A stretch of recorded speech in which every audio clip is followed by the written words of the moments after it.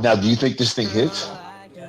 Hey, this is Clayton Shea, and you're tuning into the Gainin Fast on Memphis podcast with Aaron Schreiber.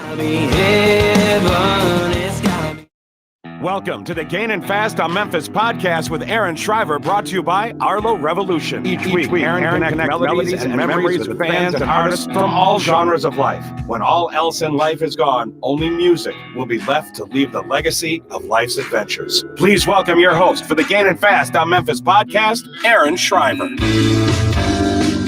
What's going on tonight, guys? How is everybody doing tonight? So we've been trying to work out some kinks last 20, 30 minutes. I think we got them all worked out. So if you guys are out there listening in, drop where you guys are listening in from tonight, and share the link if you guys can for us. It's going to be a good one. You guys, we're going to be talking about things other than wrestling tonight, guys. So you guys it's going to be a good show. I promise you that. This guy does some really cool things, so I can't wait to bring him on here in a minute. But we want to make sure I get the thumbs up over here from the other side of the room. You don't even have your headphones on yet. No. I'm here. I'm ready to go. I'm trying to fix the audio on the Facebook. I'm showing my age, the Facebook. Is the song better? Yeah, I think we're good. I just had to bump you up a little bit. You were kind of quiet online, but you're good now. I bet you wish you had that in real life, huh? All right. I'm going to hide you now. So there you go. All right. So everything sound good? Yeah, we're good to go. All right. Welcome to Season 4 of the Gainin Fast on Memphis podcast. Each week, we connect melodies and memories with fans, artists, and passionate, driven individuals in and around the music community. I'm your host, Aaron Schreiber. Tonight, we are presented by our good friends over at Arlo Revolution, cinematic wedding films, music videos, and promos. You can find them at arlorevolution.com. And then over, actually, good friend Joel at Hardwire by Joel. I don't know why I got tripped up on that one.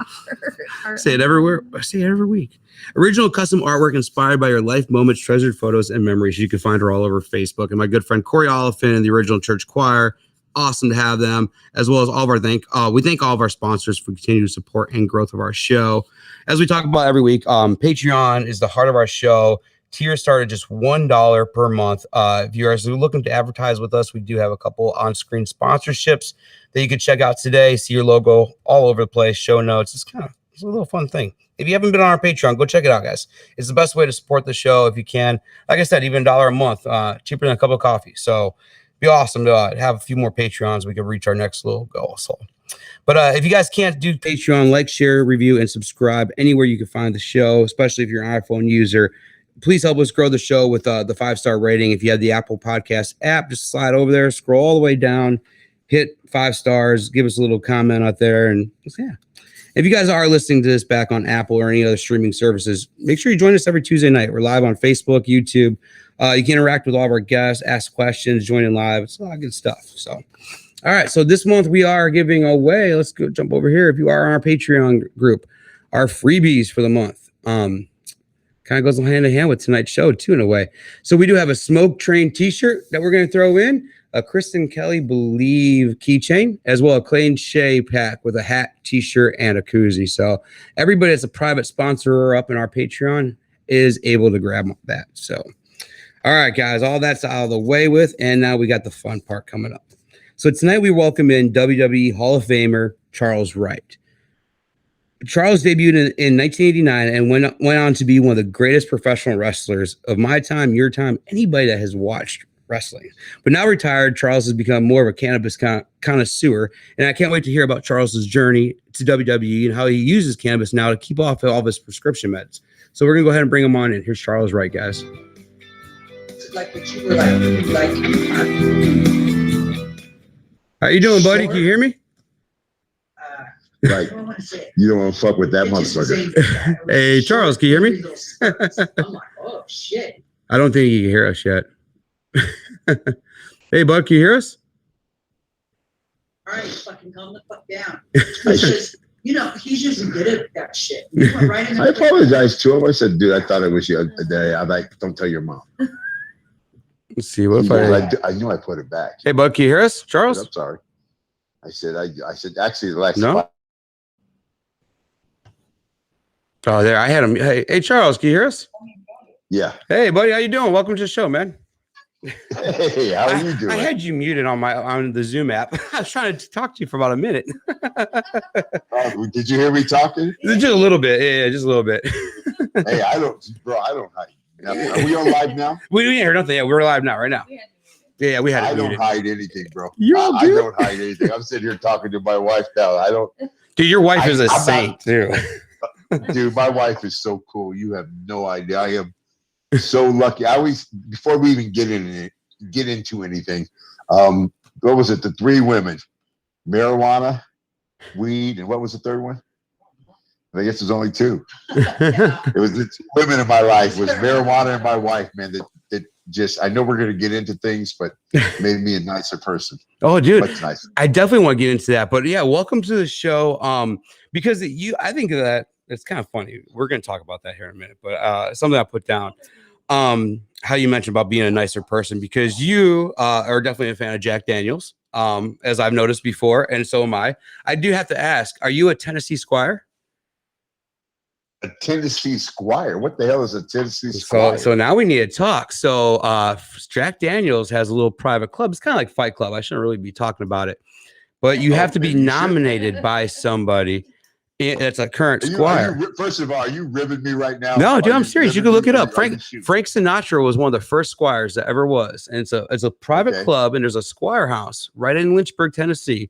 They have a Squire house. Every time you go, you get to go in there, check it out, get a free gift. Tons of stuff, dude. Seriously, when we're done, check out Tennessee Squire. I'll send you some links. And if you're not one, we're gonna call Undertaker. I'm gonna call Undertaker and say, "Hey, what's up with this Squire house?" And exactly. Ask him about Tennessee Squire, dude. Why the hell have I not been invited? It's a private club for Jack Daniels. It's pretty cool, man. It's a pretty cool thing. And if you're not in it, we'll make sure you're in it after tonight. So for sure. Oh, I'm mad now that I'm not in it. That's but watch Taker be like, I know what the hell it is, dude. What the hell? You need the cool kids, man. But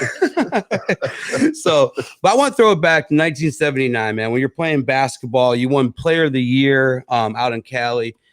Back in 97 or 79, did you ever think or have a hunch of pro wrestling? Did you watch it at all? Did you think that's where your career was going to go at all? Okay.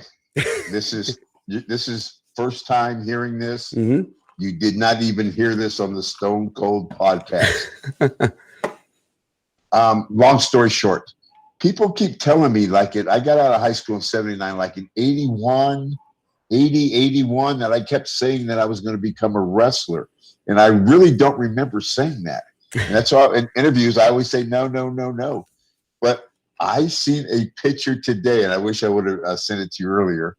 And my wife's sitting over here. She's listening. She doesn't even know about this. But I seen a picture of me today wearing a Hank Williams Jr. Bo Cephas shirt that I went to a concert of his. And I was like, dude, just 300 something pounds. I had a V. And I remember taking those pictures sent to the WWF at the time. And I had forgot all about this. And my wife is sitting there. I'm telling you, she's never heard this story. I forgot all about that. At one time, I had sent, and this is just about the time I was getting ready to play football at Reno. I sent them pictures of me. I wish I would have sent you one of these pictures. But I forgot all about it until I seen that picture. And people have told me, you said you were going to be a wrestler, and I don't remember. And I didn't smoke back then, so I can't blame it on that. That's awesome, though, man. It's funny because, I mean, coming from, are you originally from Vegas or Cali? I am from Northern California, a okay. place that they call Silicon Valley. Yep. But it was Sunnyvale, California. I was born in Palo Alto at the Stanford Hospital. Okay. So on this show, we normally have, we feature a lot of songwriters, mainly country music songwriters. And one interesting fact that a lot of you guys might not know, or if you guys are watching, Godfather is actually a country music fan. And you talked about Hank Williams Jr. shirt, Bo Cephas shirt. What got you, a Northern Cali guy, into country music, man? You know what? I went to a predominantly white high school. And back then, my parents, who worked their asses off, both of them. My mom was a nurse. My dad was a tool and die maker, and they just worked their asses off. And they moved us out of Palo Alto, which wasn't a really good area at the time, into Sunnyvale, which was very liberal. Upper middle class, upper middle class, but very liberal. And the only black families was me, us, the Wrights, the Schulers, and the Millers, So now that you got me thinking, what was the question? Oh, how'd you got into country music? I mean, what got you listening to it? I mean, most of my friends, yeah. I didn't play football. I played basketball. So most of my friends were white dudes that played football, and they were listening to Thin Lizzy, Molly Hatchet, stuff like that. And then about in 1979, when I got out of high school, I started hanging out with football players, and they were all linemen. And they listened to Hank Williams Jr., Merle Haggard, Waylon Jennings, David Allen Coe, the Gray Fox. They listened to that. Hell yeah. So from about 1980, and I've narrowed this down, from 1980 till 1990, I just listened to basically country music. All right. So anything in that genre, that 10-year span, I know every song. Do you still dabble in country at all? My wife likes it. My son likes it. They listen to it. I don't, I know some of it, but I'm a fan of the older stuff. Oh, hell yeah. A big fan of the older stuff because what they were singing about, I was living. Hell yeah. Really was. Dude, that's why I love it too. And so I know you came up in wrestling in the Memphis, Nashville area, and that's why I was thinking maybe back then you were picking up, but I didn't know you was even further back. You're a country fan, so it was really interesting to know that. So yeah, this podcast was created around Eric Church. He's a country music singer right now. I'm a diehard fan of his because I know who Eric Church is. Dude, he reminds me of the old school guys. He reminds me of the Hanks and the Johnny Cashes. So that's cool. Are you a Church fan? I'm not saying there's not talent out there. There's a lot of like Chris Stapleton. There's a lot of talent out there. I just know all the words to that older stuff. Hell yeah. So would you say you're an Eric Church fan then? Yes. Oh, hell yeah, dude. That's cool, man. Yes. I think he's one of the genuine guys. He had some type of a live thing on XM radio that I just listened to like a week ago. He had a live show on there that I listened to. You got to listen to Smoke a Little Smoke, dude. You'll like that one. Well, I know the song. Hell yeah. There you go. Dude, I'm a bigger, I know it. Oh yeah, dude. I know it. I love that, man. So coming up into wrestling, you really, back in you sent that photo you said, but you were working as a bartender and they're filming a movie. You got to meet some of the wrestlers and they kind of just pushed your way into it. Now, is that when you first met Taker? Was around that time? I met Taker probably 19. No, before that. Sometimes I need help. Probably around 88, 89. And I just got to Memphis. I was greener than pig snot, if pig snot's green. And we met then, man, and we had a match together against each other. It was probably one of the worst matches in the history of wrestling. And it came to a point where we were outside and he started hitting me over the head with a chair and basically said, "Do you want to do this the easy way or the hard way?" And I said, "You know what? Let's do this the easy way." But that's how we met, man. And after that match, there's a whole story to that. But after that match, dude, we became the best of friends. And today, we do more texting than anything to each other. But to this day, man, he's one of my best friends in wrestling. Man. You could tell, like, even when you guys were working together, you guys could tell you worked together really well. When you guys were the matches, I felt like you guys. Didn't cut you off. No, it's all good. I just felt like you guys had chemistry together all the time. Dude, that's because we were living together. We were staying in the same rooms at the road together. We were dating the same girls. Oh, oops. My wife just says, "Yeah, you were." Yeah, that's awesome, man.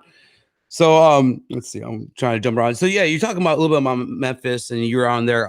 That was when it was like Mid-South wrestling, right? Because I know now they have Memphis wrestling. Mid-South. So yeah, Mid-South, and that's where when I used to live outside Memphis, we would go in town because Jerry Lawler was still doing a lot, and they were working with WWE for a while.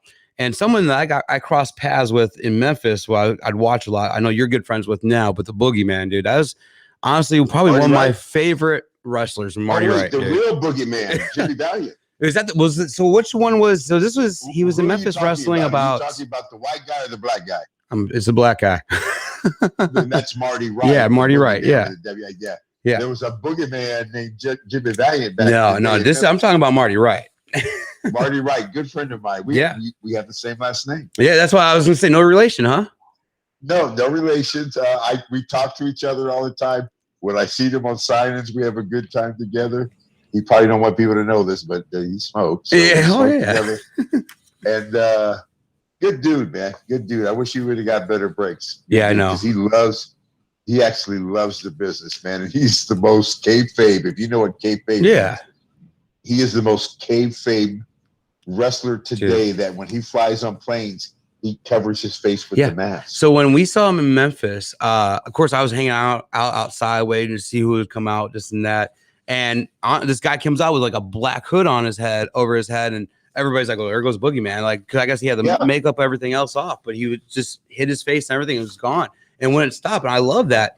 And something I caught on researching for you that I thought was really cool, and if a lot of people don't know about wrestling or dug into it, when you were working with The Undertaker, there was a time where you said you guys did everything together, but there was a time where you guys couldn't ride together because you guys were heel and baby together. Is that right? Or how did that work out? Bro, I what I about The Undertaker opening up now is I have so many stories about him because believe me, bro, I'll get to your question, but we hung out, believe me.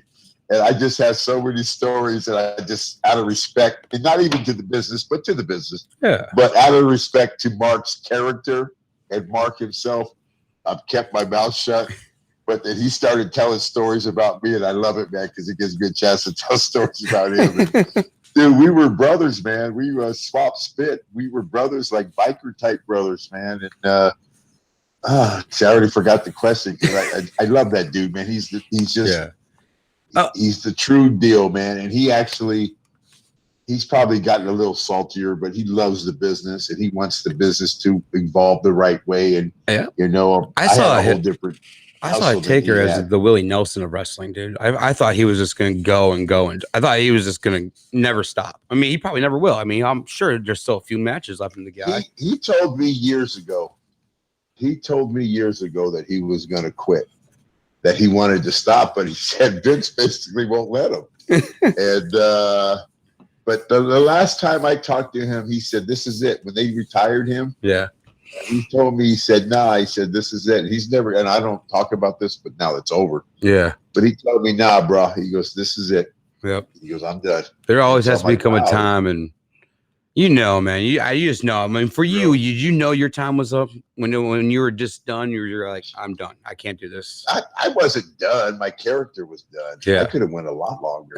I mean, a lot longer. Yep. But my character was done. And, my character was done. And things were changing. They were going more PG. Mm-hmm. And, it was time for me to leave. So, when 92, I don't even know if we answered the question. We didn't, but it's all good. I was going to move on to the next one. No, I was talking about kind of, so I heard the story about when you and Taker were kind of working together. Riding together? You guys had to ride a separate, it got to the point, because kayfabe was in back then. It's not as much now, I don't think, because of the internet stuff. But it would get to the point where we rented Lincolns and Cadillacs, and one of us would be in the back seat. There would be probably me, so Paul Bearer would be driving, Taker would be riding in the passenger seat, and I'd be in the back laying down. Or we would meet at the Denny's down the street. That is awesome. I don't know. Yeah, it's kayfabe was big back then. Dude, that's how for me. I probably became a wrestling fan in '89. I was like 7 years old. So like 92, my uncle set it up. Because, of course, every 10-year-old kid was a Hulk Hogan fan. So my uncle was a GM of a arena in West Virginia, and he set it up where I got to meet Hulk Hogan. And when I got to go backstage, one of the Nasty Boys had his head peeked out. It scared the shit out of my mom, which was the funniest thing in the world. Like, I don't know. He just peeked his head out of a dressing room and scared. I don't know which one it was. I think it was the blonde. Was it Sags? Was the blonde one? Or was that Knobs? The blonde Knobs. Knobs, yeah, it was Knobs then. But the match was just like, it was Greg the Hammer Valentine versus, I forgot who it was, but they were beating the shit out of each other with a chair, all this stuff. And I'm a 10-year-old kid, man. I'm thinking all this is real. The minute that door opened and Hogan walked out, there's Valentine, and I don't know, it was the Mountie or someone that he was wrestling, sitting there drinking a beer at a table.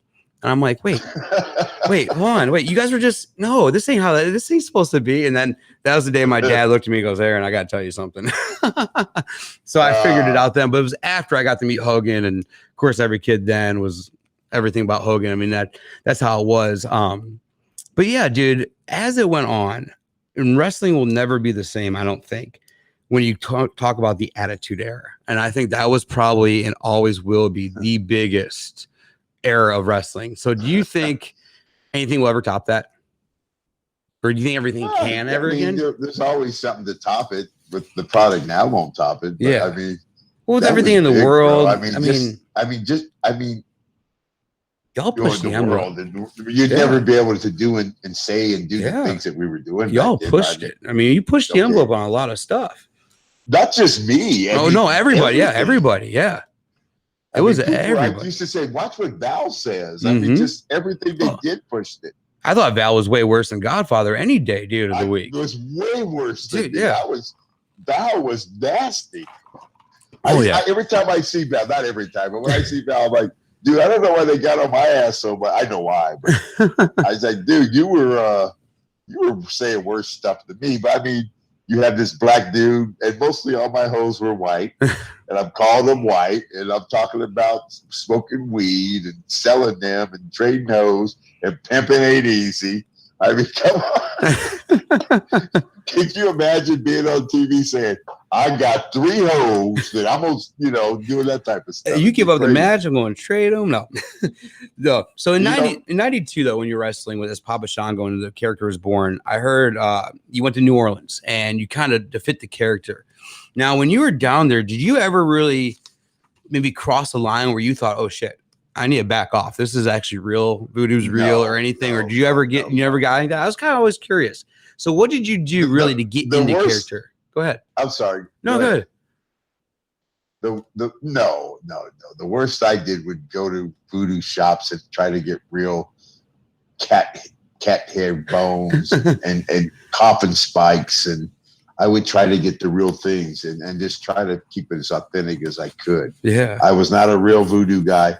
But the spells and the stuff that I was saying was true to they were real spells. Yeah. But I wasn't a real voodoo guy. But when I went to New Orleans, I just kind of went to, I didn't go hang out in a cave with no voodoo doctor. I just went to different voodoo places and hung out. And then, I actually went and spoke with some people and hung out and just talked and kind of heard everything. And then, but all the symbols and everything that I wore were real symbols. Everything was true to that. And the curses that I was saying were real. Hell yeah, man. Because you hear of actors doing that all the time. They go to get into character. They go and study this guy. I know Joaquin Phoenix nailed Johnny Cash. And it's the stuff they said, like he lived like John. He put himself in that position. And I feel the same way when a character is born in wrestling, you guys kind of got to do the same thing to really get yourself in that character, because that's what you become almost. If you want to get it over, hell yeah, you got to, man. It's not going to happen by itself. But then when The Godfather came around, you're like, oh shit, I got this. This is me. You're set to go. So dude, I am so much The Godfather. You could not, to this day, right now. We sold the strip club a couple years ago. Yeah. Actually, it's like almost 3 now. But I am the Godfather. Believe me, I'm the Godfather. So your wife came up with the character. Now, of course, I'm sure she wasn't happy of all the girls all the time and shit and all that other stuff around. But I'm sure it also made her be like, all right, you know what? I'm taking that guy home tonight, though. Wait. I'll tell you a secret. If I tell you a secret, will you keep it between me and you? Yeah, we can do that. And my wife will. But I've taken a few rips here and stuff. I don't know if I should say this, but my wife was a stripper when I met her. There you go. She was not that she was a hoe. She was never a hoe. And back then, that's when girls just dances. Today, they're basically hoes. But back then, girls just dance. But I met her in the club, man. There you go. So we have a guy in the chat wanting to know. Late 80s. He wants to know what city had the finest hoes. So what city did you meet your wife in? Well, she ain't a hoe. No, I'm not saying a hoe, but I'm saying you guys say that's the finest city. Las Vegas has got some good hoes. Yeah, that's the finest city, though. Montreal. Yeah. Montreal was the shit. I don't know if I can cuss or not. No, Montreal was the shit. Detroit, the Landing Strip was the shit. The Gold Club in Atlanta was the shit. Scores in New York. Man, there you go. If you knew the right people was the shit. Man, there was a lot of places, man. And back then, you know, what was cool, and I know you gotta stop me because I'll talk. Oh, go ahead. Back then, what was cool was there was no social media. Yeah. So you didn't have to worry about nobody taking notes. There was no cell phones. There was beepers at the you had your pager. Beepers. Some people had beepers and pagers. That's pagers. But you didn't have to worry about people taking pictures of you, and whatever happened in that town stayed in that town. Yeah. Now the guys got to worry about everything. So, I mean, that's awesome though. I mean, because to be the Godfather. So what you guys would do is what I read, and I know some people are saying that's where the question came from. What city had the finest ones? You guys would just go to the local strip club and just find girls for the TV for like Raw and for everything else that weekend, right? No. Or for that week, or no. So you wouldn't. No. Okay, so I thought that's what I heard about. The very God, you got to stop me because I go back too far and I'll forget about the question. They weren't doing nothing with comma, so we kind of, me and my wife developed the Godfather, and me and Bradshaw, we kind of just started kind of doing our thing on the road, man, and kind of without any girls, we would do our little spiel, and it was getting over so much that by the time we made it to TV, Vince says, "Charles," I always like to talk like that. "Charles, I think that this thing you're doing might have some legs." He goes, "You think you can get some girls?" I'm like, "Vince, are you joking? Come on, you know me. Can I get some girls? How many do you want?" He goes, "Well, let's get at least 6. And so me, Undertaker, and the Harris twins, Ron and Don Harris, we went to the local strip club, and we found some girls, man. And, you know, if they didn't know who I was, and Harris, they sure the hell knew who Taker was. And so we put them on TV. And I'm telling you, that night that we did that, 2 days later, I'm flying home because we did something else the next night. 2 days later, I'm flying home, and it was like I went from a couple people noticing, to everybody going, "Godfather." But we only did it one time. It got over so much after the first time that Vince took it over. And I want to say Bruce Pritchard was the first one that was in charge of getting the hose. Oh, nice. Well, I even know, like, at one point, I think I saw a picture, like, Lita was one of the girls that walked out at one point, too. But, like, a lot of people... go ahead, bro. Go ahead. Yeah, like a lot of people don't know, like development people, like WrestleMania 22. I was in attendance for that one of my favorite WrestleManias. But John Cena comes down as Chicago gangster, and no one really knows. But CM Punk was one of the gangsters that had a Tommy gun hanging out of a car. So like a lot of the future wrestlers are doing stuff like that still, and you just never know who you're gonna see. I know. So yeah, I know you're gonna say something about that. What was the question? No, I said about like the Tommy gun. Like Lita was one of the girls that came down, and like Lita, developing. What happened was Lita didn't have it. Lita was a worker. She had nobody to work against, and the hoes that night were so ugly that my wife talked just like, "Lita, will you help us?" And Lita wanted to be on TV, so Lita, just to help us out, she went out there as one of the hosts. Nice. Okay. And I know to this day she probably regrets doing that shit. Well, I know it's never really big, and no one really pulled it out. A lot of people know though. Yeah. Oh yeah. And I mean, you guys will stop our wrestling. When I see her at conventions or I see her at signings, I kind of stay away from her, because if I go over there, people will start saying right away, "Godfather and his whole Lita," and so I stay away from her, you know. So. All right. Well, a lot of girls were my hoes. A lot of girls that people have no idea. Victoria was one of my hoes. I think I heard about that too. That she was in on the group too. But so, do you ever have any like a chip on your shoulder or anything that you never got a chance to win the championship, the heavyweight at all, or do you ever think about that? No, because you know you held the Intercontinental, you held the tag team belts. Didn't care about any of that, bro. Wrestling for me was an outlet for me to be around at the time crazy people that were just as crazy and tough as I was. Hell yeah, and have some fun. And I was into wrestling to have fun. I had the strip clubs. I made money in strip clubs and still do. Well, I still don't. I don't. But wrestling was fun for me. That's why you'd see me come and go. When I wasn't having fun, I'd be like, "I'm out of here." Yeah. only time I was released was as Godfather. Every other time you see me go, it was because I'm like, Vince, I'm going through tables, I'm getting hit with chairs, I'm traveling. Oh, man, I can make more money at home in Vegas. But only time I was released is Godfather, because at that point you couldn't have Godfather anymore. And the only time Godfather, they tried to bring me back as like a escort guy, and it just didn't work. And the only time you ever wanted to quit was when you're Right to Censor, right? I hated that. Hated it. I think we all did. I think every fan that ever existed hated that whole gimmick, the whole character, the whole setup, everything. I'll go to signings, bro, and some of these conventions and signings, and people will show up dressed like Stevie Richards and the guy in the Right to Censor. Oh my God.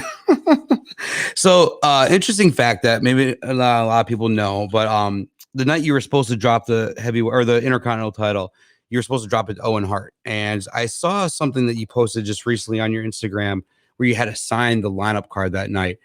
Do you still think about that? I mean, because that is probably, to me, something I think about all the time. I was watching that. I mean, I was watching that night. And it was just rough. You were watching, but I was there. I know. That's why I was like, it was rough. I don't think about it until people start talking about it. Yeah. And then you think about it. Yeah. And we were talking about, we were watching a thing on Bret Hart a couple nights ago, me and my wife. And the whole time we just kept talking about Owen, Yeah. And so, I mean, good dude. Sad. Hell yeah, dude. He had a career, man. He was, honestly, I talk about some of my favorite wrestlers, and Owen Hart always, I mean, dude, some of the best gimmicks, and just with him and Bret, dude, those were some of the classic matches. Oh, great. You and Bret, dude. You and Bret something too. Oh, Owen was Bret was too, but Owen was probably a better worker than Bret. And they're just cool dude, man. He helped me out so much when I went to Japan the first time. Owen was there, and Owen showed me how to order food, get to the gym, do what I had to do. When I went to Germany, Owen did the same thing, showed me this, showed me that. Just a good dude, man. Owen wasn't a partier. He was way much more of a family man than me. Yep. And so he didn't hang out in the strip clubs with us, but he was just, I got to hang out with him a lot. Man. Yeah. He's a good dude. Just a great dude. Great dude. I've heard nothing but good things about the guy. And that's why I always, when I think about him, I think about all the positive, all the badass shit he did, because dude, he was a badass wrestler, though. Badass worker. But dude, he was beyond badass. Hell yeah, wrestler. He was a great worker. So I got to adjust these things. You're all good. Now, was there any gimmicks you ever turned down for wrestling? Anything that they wanted you to go, or any routes you wanted to go? Oh, yeah. Actually, yes. I don't remember. Wrestling for me was not like, I was never a mark for wrestling. Yeah. Not a mark. I was more a mark for roller derby than wrestling. But wrestling for me was a way to have fun, be around crazy people like me. And when I wasn't having fun, I was going to leave. Yeah. And so I would leave, and then they would call me and say, hey, we want to bring you back. And nah. And then they'd call me and say, we want to do this. I'd be like, nah. Mind you, I'm making good money in the strip clubs. Yeah. And so then they say, well, we want to, you ever watch UFC? And I'm like, yeah. They go, well, they got this guy named Chemo, and he's got tattoos, and Vince knows that you know a little bit of stuff, and we want to do this thing. And I'm like, nah. And he goes, Vince says you could ride a Harley. And I'm like, oh, Harley? And so that's how they got me back as common. But no, dude, it just, my approach to wrestling was probably a lot different than others. It was a way for me to have fun. Yeah. So I wasn't worried about winning the heavyweight title. Hell no, dude. That's why I love about you. When they put the Intercontinental title on me, it meant nothing. That's why they were going to take it off of me that night, because I had the hose. And I had my own complete show that was just like the Godfather segment. Yeah. And it had nothing to do with wrestling. I would have 8 minutes, and I'd have a 1 minute match. It was about the show. Mm-hmm. You got to call your own shots, which was phenomenal. I had they didn't even, nobody ever wrote anything to me. They might say, hit this town, hit that, but I had nobody writing for me.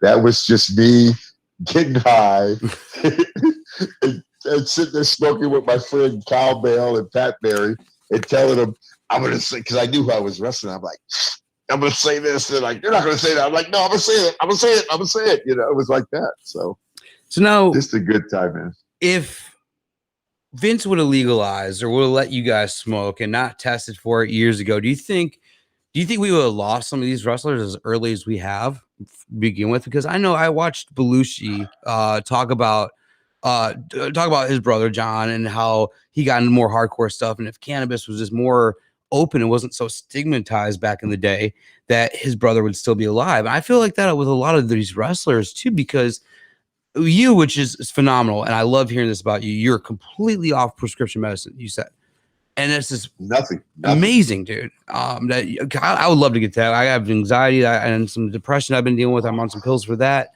And I'd love to be able to get off everything eventually and use cannabis that way. And I see people as you as an inspiration when you talk about that. I love that. But do you think if it would have been legal, or not legalized, but just allowed more around wrestling years ago, it would have been a different outlet for some? It wouldn't even have mattered if it was allowed, because the guys that were doing drugs, that wasn't allowed. Yeah. I used to, I'm not going to mention no names, no, but there's so many guys, because I came in at the end of a lot of great careers and the beginning of a lot of great careers. But there's so many guys I used to try to get to smoke instead of taking these damn pills, and they wouldn't do it. They'd be like, you know, they were like me. I mean, I would drink a bottle of Jack Daniels and take Vicodins, Profits, Placideals, Percocets, you know, Somas, all this type of shit, and drink a bottle of Jack, but I wouldn't smoke weed. And they had that attitude because they were older guys that grew up that they just, that's that hippie drug. I don't know, man, but I wish I could have got so many guys that have died from prescription drugs to smoke weed, but they wouldn't do it. They just like, it gives me the munchies. I'm like, and? So, I mean, I see that. It helped me. It changed my life. At 27, it changed my life. That's phenomenal, dude. And I love that you talk about that so freely now, because before you never were able to. I mean, you had to watch what you say about it. Well, I mean, if you really look at what the Godfather was doing, you were changing it. Yeah. Yeah, I was watching videos earlier today and just talking about smoking blunts and everything, and that's how you got away with it, which is phenomenal. It's because then you could have been out back smoking a blunt and be like, what the fuck? It's my character, dude. Leave me the fuck alone. See, I love that. Like, I'm a huge Aaron Lewis of Stain fan, and it's hilarious because you'll go see him in concert at times. He sits up there smoking cigarettes left and right on stage, and then the minute somebody in the crowd lights one up, he's like, what the fuck you doing, asshole? It's a non-smoking venue. And he's like, well, you're smoking. He goes, it's a stage prop, dude. So he could have been like, the blunt was a stage prop back in the day. I'm a true smoker. Hell yeah, man. So saved my life. That's phenomenal because I hear that. I work at a dispensary here in Illinois, and I hear that all the time, how people discredit. I myself, you said earlier how drinking the pills and everything else would just get you mean and everything else. I was the same way, dude. I'm a big Jack Daniels fan, but I didn't know how to drink in moderation. I would drink a shit ton and then not drink for a couple of days, but I would be an asshole. And I was mean to my wife. I was mean to so many people when I was drinking. When I got my medical card here in Illinois, I quit drinking altogether. And it's been like a little over 500 days, but I'm like, my wife looks at me, she goes, I'd rather you high than drunk. I'm like, I feel better high than drunk. And I just never went back. But I wasn't a bully when I drank, but I had a short fuse. Yeah. It would not take much to get me to go. Not at all. But I was not a bully. But I didn't start nothing, but it wouldn't take much to get it going. Not at all. Man. So you have your own CBD line coming out, I heard. And plus you're working with Be Real and some stuff. I spoke a little too soon. Yeah. I do have it coming out. We're still working on perfecting a few things. Okay. And we're working on the artwork. So it's probably a month or two before it comes out. It's the same line that RBD has. It's the same company. Oh, nice. But it's a different product. So we're doing things a little different. But I would say at the furthest, maybe 8 weeks out. Oh, wow. Okay. So what are you working on? Into the artwork yet. You're working with Be Real on some stuff too. What are you doing with Be Real? Be Real, I have a strain. Hang on. Let me give you a picture. I'll be right back. Oh, okay. I won't argue, guys. You guys argue about a little picture? There we go. Soon, we have Insane Godfather coming out. Dude. But you can only get this in California. There's the back of the bag. Might be taking a ride to Cali soon. Look at that. Let me tell you something. It's the fire. Dude. And we're like 4 weeks. We got another like 4 or 5 weeks. So what's the? Got to go through all the. Is it different strains? Is it one strain? How's that working? No, it's my own strain. It's called Godfather OG. Dude, all right. What's the genetics with it? It's a hybrid. You know, probably a little bit more sativa oriented, but it's a hybrid. So it's a good Godfather blend then. I mean, because I can see the Godfather being a good sativa smoker. We've been working on this for we start doing the Be Real podcast around December, and we've been working on that. Man, we keep trying to perfect it, and that's why it hasn't come out yet. We have the bag, but it's there, and so we're growing. It's probably, like I said, 8 weeks of maybe at the most away from being on the shelves. We gotta bring that over to Chicago, man. I know Illinois is probably one of the most toughest cannabis communities, though, because we have too many rules. There are too many rules. And if you ever come to the Chicago area, dude, it's crazy because our taxes here, we tax by percentage. So if you buy flower, 20-30%, you're good. But maybe you jump over to like a concentrate, to a vape or anything like that, they're taxing you like 38% here, dude. It's insane. Yes. And then you probably get an out-of-state tax too to people like me. Mm-hmm. Yeah, and you're only allowed half of what Illinois. It's pretty tight right now. We're the only state that does it. But I forgot that I went to Springfield, Illinois, and I'm like, dude, I bought like $50 worth of stuff, and it came up to like $110. Yep. And what? Yep. All these taxes. It was probably all mid stuff too. It was just like mid grades. We're getting perfecting it now. Because I didn't have no rigs or anything to smoke any dabs. I was in the hotel. Well, if you ever come through Illinois again, you have to holler. I'll take you. I'll be your Illinois guy. Yeah, you do, man. You do. I promise you. I actually have so in Illinois, we're allowed to grow up to 5 plants. I'm actually growing 4 Tommy Chong seeds right now. So they're actually pretty nice. Oh, really? 2 of them are LA Amnesia and 2 Blue Cushberry. But yeah, I had him on in December. And you're growing them at the pad? Yeah, I just got a little tent and put them outside today. But yeah, that's what's cool. Are you in soil or are you in I use Roots Organic soil. So yeah, but we're allowed to have you using?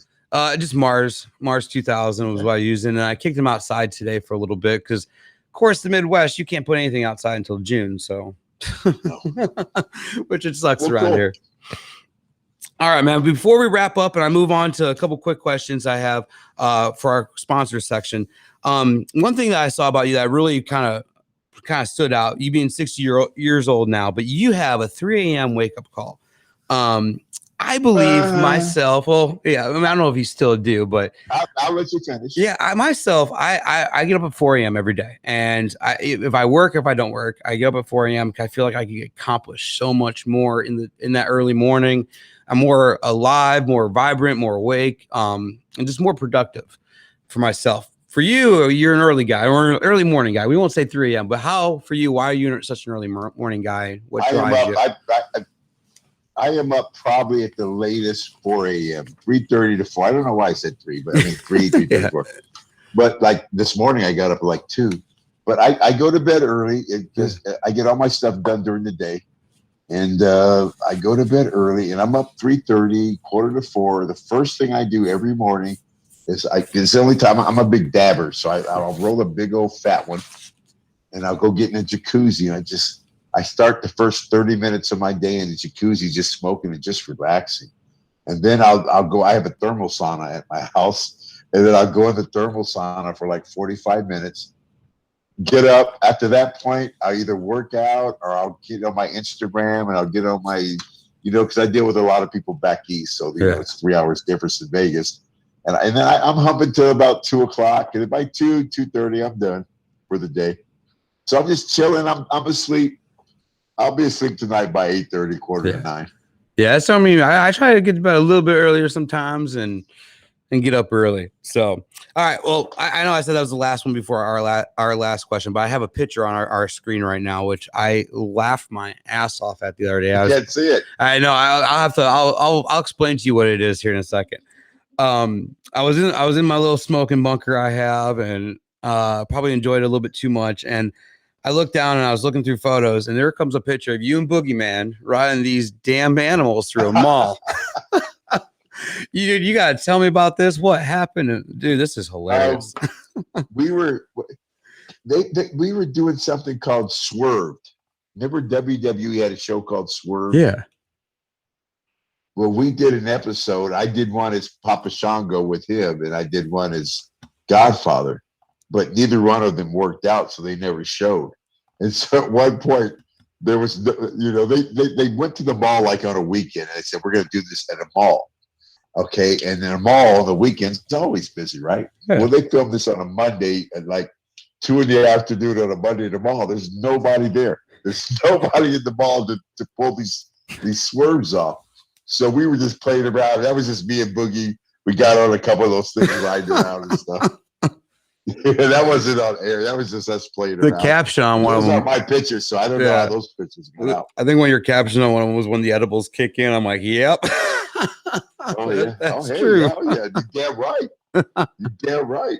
He Boogie does like those type of things. Boogie will take like 2-3 hours to do his makeup.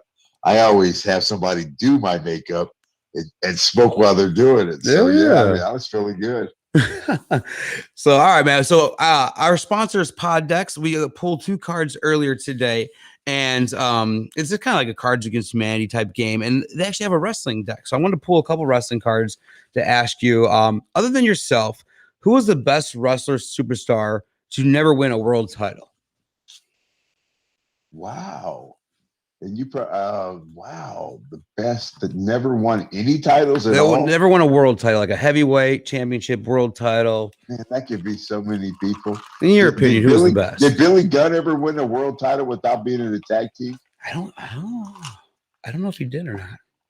He was a good worker, bro. Great athlete, great worker. I could say D'Lo Brown, but he won the European title or something.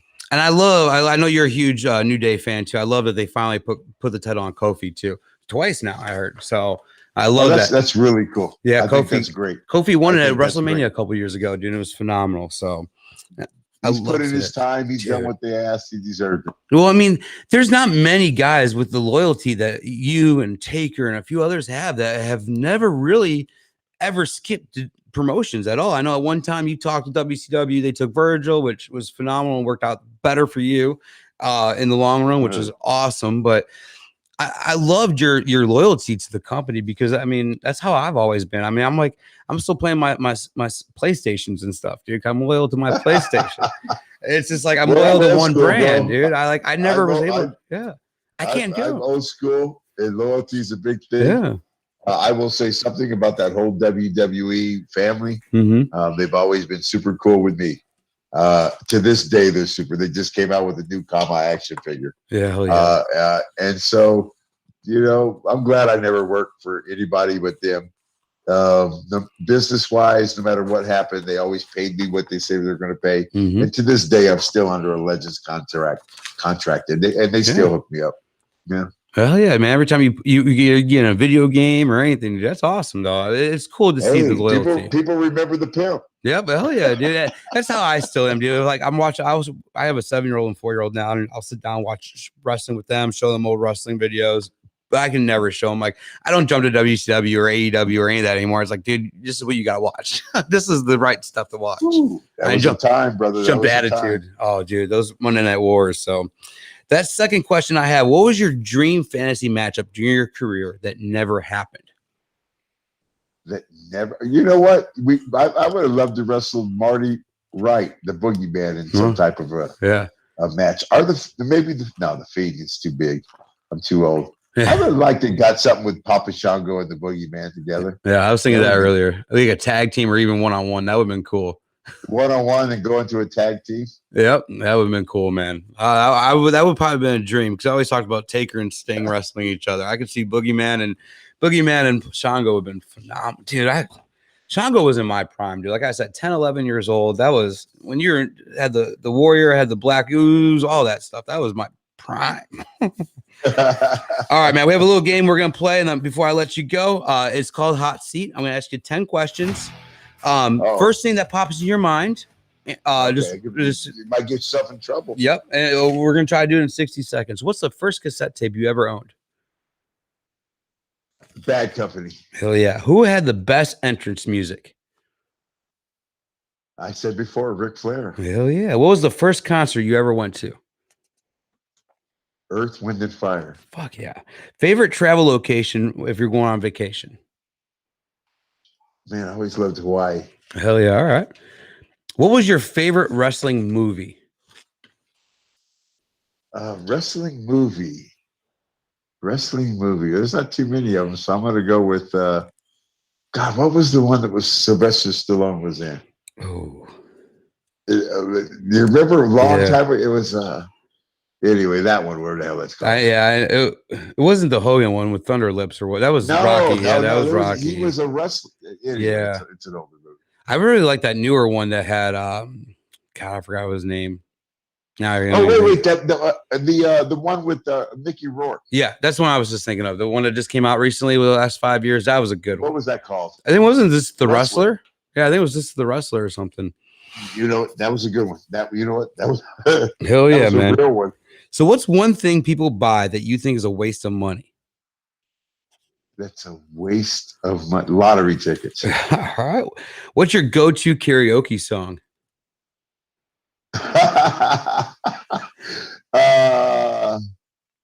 Lee Greenwood, Proud to Be an American. How about that? Yes, I love it. What's the most annoying bill you have to pay?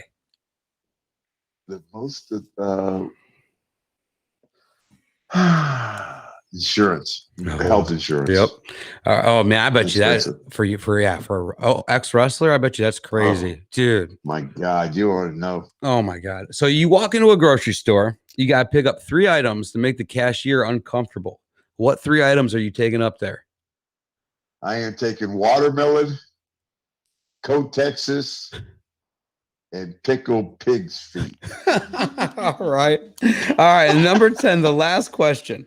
You have been Papa Shango, Godfather. You've done you have 4 kids, I think I read. You've done so many 6, but that's all 6. right. All right, there you go. You have done so many great things in 60 years. What is still on Charles Wright's bucket list? What do you still want to accomplish in your life? Oh, my bucket list? Mm-hmm. What do you still want? One thing you still want to accomplish? Dude, whoa, wow, good question. Give me a second.